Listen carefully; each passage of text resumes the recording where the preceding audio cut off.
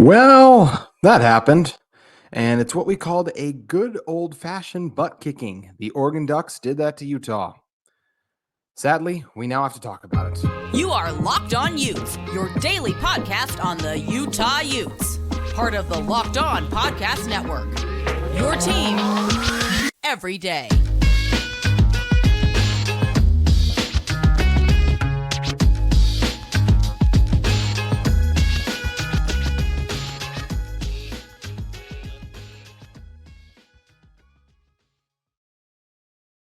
Hello, everyone, and thank you for making Locked On Utes your first listen every single day. We're available on all platforms, including YouTube and wherever you may get your podcasts. My name is JT Wistersill, former intern inside the University of Utah Athletic Department. If this is your first time listening to our show, make sure you guys like and subscribe. We'd love to interacting with you guys in the comments. I'm going to especially enjoy interacting with you Utah fans. Hopefully, there's not too many Oregon fans that flock to my comment section because whenever you lose like this, you can't like fire back. Some fans always try to do. There was that one UCLA fan who popped up in my comments a few weeks ago. If you guys saw him after Utah really defensively just really decimated the Bruins, he was even after his team lost, still was talking crap. When your team loses like this, it's hard not to just like to come back with like that. There's nothing you can say. Like for as much as even if the stuff just like you can't even be like, oh, if Cam Rising was healthy, this or that. I mean, maybe. But like when you lose 35, I'll probably do an episode on that this week. Like if this game would have been different with Cam Rising, and maybe if everyone plays, it's probably a little different, right? But like even that, we just don't know. I mean, this Oregon team is really good. I'm not trying to bury the lead for my second segment, but I mean, I do think it was more good Oregon than bad Utah than anything else. I mean, that's a really good team up there. But this is always one that sucks when you play a team and you realize it's currently constructed. If the game was played 10 times, you lose 10 times. This Oregon team is just clearly better than Utah right now, and that was evident. Part of that is quarterback issues, but give the Ducks credit. They really stepped up on the line of scrimmage, limited Utah's rushing attacks. Utah with just 99 yards. Glover was the leading rusher, but he was under 40 yards. Jaquinnon under 40 yards. Vaki, 5 carries, 11 yards. And, Vaki and Barnes had that miscommunication on the interception. Then, Utah gets there's just so many things throughout the game, right? Like Utah gets creative, has on the kickoff, has the returner throw it across the field to Dejon Stanley, who was in. How about Stanley for the future, by the way? That guy looks fast. It's a huge return. And then, Bryson forced out, pressure in his face, throws a bad interception. It's tough. And it probably shouldn't have been an interception. It should have just been like an incomplete pass, but just a ball you shouldn't throw in that situation. So, yeah, I mean, Utah got their butts kicked. And I should say this obviously sooner. Like I and many other people who were pro Utah in this game, we were wrong. I still don't think like some of the things like, oh, the defense is fraudulent, all that. No. I don't really think many people were saying that, but there were some people really saying some things about this Utah defense. I disagree with that. I still think this is a really good defense, but I think this is a really good offense. They're the second best offense statistically in college football. And I do think they are legitimately deserving of that mark. To do we just need to put into context what Oregon just did. This is a Utah team that hadn't lost a true home game since 2018.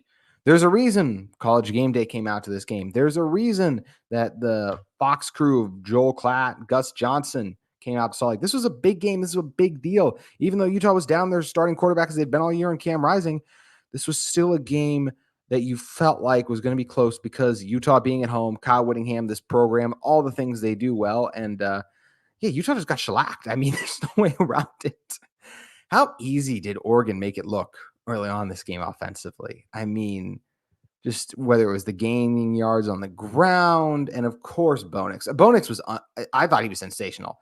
He was 24 for 31, 248 yards, 2 touchdowns. I thought he was even better than that. I mean, had the rushing touchdown too early on, and overall for the game finished with 4 carries for 8 yards. Wasn't sacked, by the way. How about the performance by the Oregon offensive line? I thought they were impressive as well. Shout out Jackson Powers Johnson, the former Corner Canyon, Utah high school native, who's getting it done for the Ducks now. Him and the Oregon offensive line in a very strong outing here, helping to limit Utah. But they did also get the ball out quick. They did a good job of that. And sometimes we get the ball out quick, sometimes just not being able to get home. That's where just got to give Oregon credit.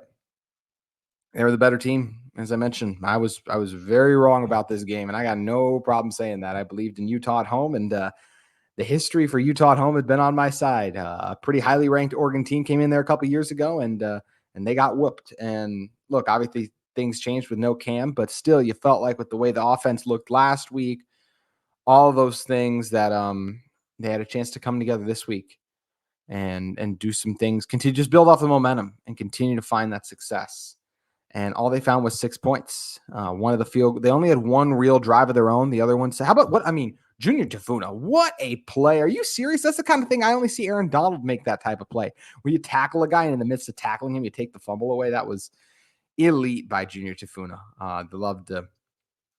Love to see that. That was spectacular. There's definitely some positives still. Because Utah did at times stop Oregon. I don't know if I'll be able to find many positives offensively outside of Devon Vele. Devon Vele played well. But speaking of Devon Vele, like this is where we talk about a little bit how it's just on everyone. Like when Bryson fails or all these things like that. This isn't a negative on Vele. It's actually a negative on Bryson. Like I've talked all year about how I feel like Vele hasn't been properly utilized, and I feel bad for him in some ways because he came back to play for Cam Rising and his numbers are drastically suffering because Cam Rising is not out there. I think it was either the first or second time when Utah was in the red zone, Vele was open to the left. He created that separation, but Bryson just didn't even look his way. I just feel like when you got a guy like Vele who has it going, has it winning, you don't need to lock in on Money Park, especially you can recognize, this is just something I feel like Cam would have done, recognize where the safeties are at, recognize that, Vele's been winning a lot today. He has a matchup I like over here and get the ball to him there. And I understand the pocket was closing in on Bryson a little bit, but still, it's just if you're one of the better if you want to be a successful collegiate quarterback, you need to be able to make that throw. And Bryson didn't get any help from the ground game. Give the Ducks defense credit. The front seven really stepped up. I'm going to butcher his name. Dolores or Doralis, however you say it. Honestly, I apologize to him now. However you say his name, he was a freak in this game. He was incredible. The entire Oregon defense was. I mean, what can you say bad about Oregon? Bo Nix is absolutely a Heisman contender. And I watched this and I'm like, why can't Bo Nix succeed in the NFL? Like, I know he's up there and old and more college starts than anyone else, but I'm like, I look at a couple of the ball placements he had. It was, once again, it was more good Oregon than bad Utah. Like the coverage was good, would be good at times, not always. Coverage was bad too, but coverage would be good. And Bo Nix would just make the better throw. The first big gainer to Troy Franklin Jr. Like that was a good job creating separation by him, but the timing on that has to be good. So Zamaya can't get up and recover quickly there. And he was able to find him and successfully complete the big pass there, as Oregon did so many times throughout this game. Dan Lanning's squad was motivated. They came in ready. With the way Washington looks right now, Oregon having narrowly lost to them, I have no problem saying I think Oregon's the best team in the Pac-12. I mean, I think that's actually the conclusion a lot of people will be. I think right now, like the College Football Committee, when they do their rankings that are going to come out, we will see Oregon I think we'll see Oregon like behind Washington, but I would only expect it to be like 1 or 2 spots behind because I don't know how you can be down on the Ducks after only losing by 1 to a team that could very well be in the top 5 in the Washington Huskies, even though they're looking a little shaky right now and nearly let Stanford beat them, but still find a way to win. That's what good teams are able to do. And then Oregon going into Salt Lake, handing Utah their first true home loss since 2018. It was remarkable and a great performance by the Ducks. And yeah, this is not a fun podcast, is it? not as fun to talk about when you just get your butt kicked. I mean, that's what it is. So we're going to continue to talk about this one, and I do want to dive a little bit more into, just close, like what happened to Utah. Like the question I posed. I mean, Utah just ran into a buzzsaw. I really think that's the truth. Both sides of the ball. This Oregon team is one of the 4 best in college football. I believe they will be in the college football playoff. That may be an overreaction, and obviously we just saw the best of Oregon, but it just takes a special team to win in Salt Lake, and they were able to do it. So we're going to talk about just a little bit more of good Oregon versus bad Utah, how much of that came into factor. But first, I want to talk to you guys about our friends at Game Time. You shouldn't have to worry when you're buying tickets on your next big event. Game Time is the fast and easy way to buy your tickets for all sports, music, comedy, and theater events near you. They have great last-minute deals, all in prices, views for your seats, their best price guarantee. Game Time takes the guesswork out of buying tickets. Last-minute ticket flash deals. There's also easy to find and buy tickets for every kind of venue. They have view from your seats, so you know the deal you're getting. They have the low price guaranteed, even event cancellation protection, job loss protection, so many more things.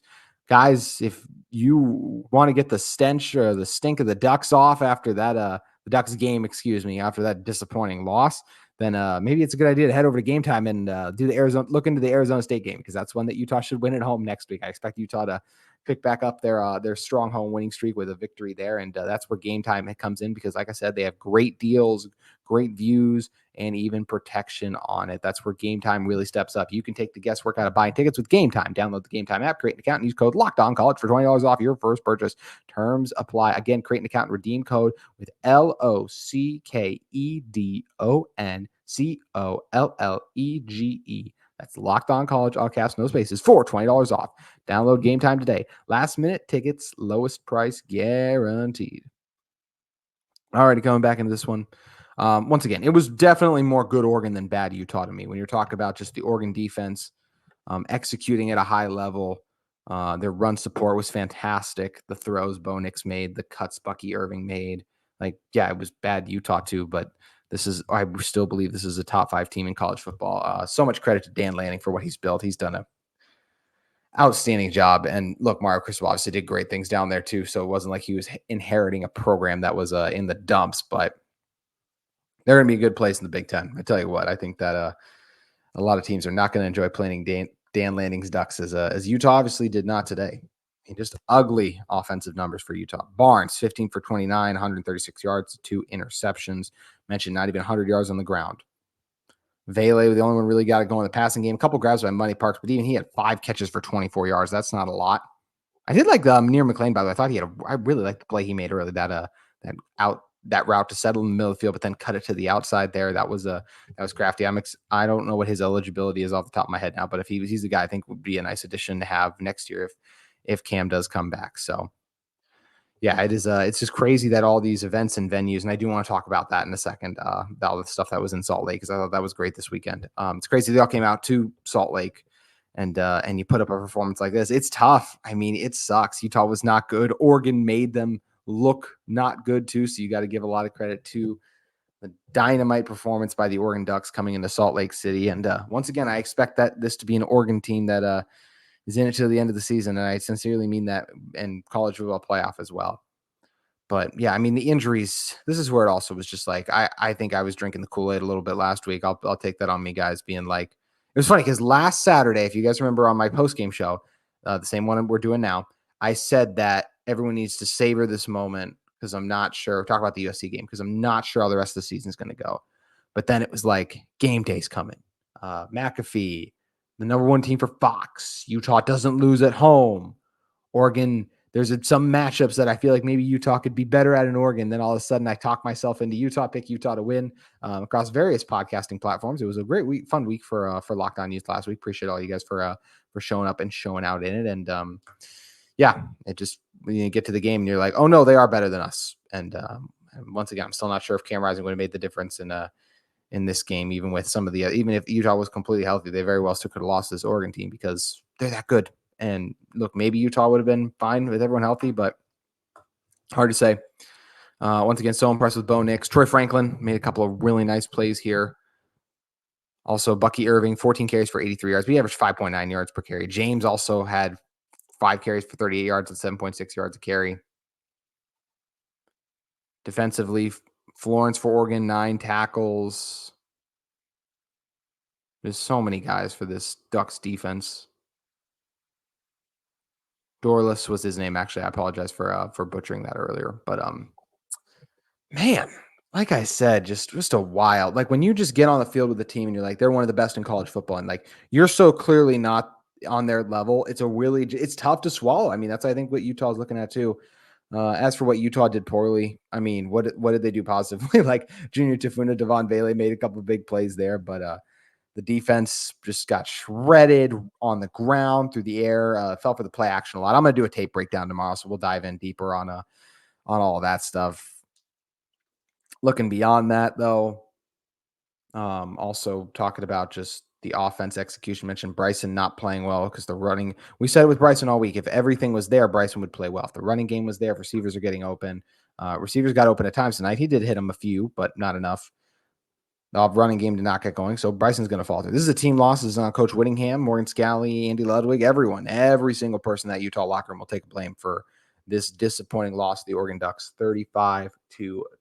And we'll be breaking it down all week long on Locked On Utes. And eventually, of course, we will flip the page and go to the preview the Arizona State game because Utah season is not over. Yes, their odds at a Pac-12 championship, I mean, they are on slim chances, especially because based on how they performed today, right, it's just going to be incredibly tough for them to go into Husky Stadium and get a win against Washington. So that's something that will be interesting to see how Utah is able to look against Arizona State, and we'll see if they're capable of getting that event, what would be a really tough win against what's currently a Huskies team that I believe is in the top 5, but for sure in the top 7, being the undefeated juggernaut that they are. Oklahoma lost tonight, so they'll drop out a little bit too. But yes, that was probably Oregon had probably the worst loss to Kansas, even though Kansas is not bad. This is not a bad loss for Utah. This would have been a bad loss for Oregon since, like we said, they're clearly the better team. We said that leading up to the game, but we thought that Utah could still give them a decent game, and they did not do that. Last thing I'll say, and we'll talk about this more throughout the week, but I was just so incredible and awesome to see all the love that Salt Lake and especially just the University of Utah was getting because of everyone coming out there talking about how beautiful the campus was. The energy from the moment McAfee was on set to rolling into the next day with College Game Day. You guys were tremendous. Props to all of you. Got up early, stayed out there, slept in tents, whatever you guys did. You made for a truly special experience. You already got Kirk Herbstreit tweeting out how he wants to go back. McAfee took his shirt off and talked about how much he loved everything there. I think Reese Davis, the whole crew, they loved coming out to Salt Lake. You guys made that a special atmosphere and place, as special as I know it is. It's part of that place being as special is part of the reason I'm always motivated to do the work on this podcast and get content out, even when it's not as fun to talk about when your team gets demolished like Utah did tonight. But yeah, just such a strong showing. How great was it? Win on the motorcycle. I mean, there's so much to talk about still with all the craziness that happened this weekend, but such a great spotlight on the University of Utah. I got to believe there's still a number of players who would like to come in and play for Utah, especially once they, can get healthy, get the quarterback situation all figured out. Love Bryson, what he's done. So happy to see him to focus on game day, but I'm sorry, we know what Bryson is. We have a large enough sample size at this point. That's why he's a great backup, but under no circumstances should your backup be leading you to victories over legitimate top 10 teams. And I think USC was like ranked 18 when Utah beat them last week, and they barely even beat Cal. That Trojans program's a mess, at least as it pertains to this season. But yeah, tough blow for Utah, but overall, I still would probably classify the weekend as a win for how much fun and the exposure the university got. So even when Utah loses, in some ways, they stay winning. So that's why we love this team. And I'm excited to see what this team does after the loss. Arizona State coming up this Saturday. We're breaking down that on Locked On Utes. On tomorrow's show, a tape deep dive on the Oregon game. We'll be diving into all the issues. I'm not sure if we're just going to do the offense, if we'll do the defense too, but there is a lot to discuss all week on Locked On Utes after Utah's disappointing outing against the Oregon Ducks. That will do it for our show today. Thank you for making us your first listen every single day, and have a great rest of your weekend.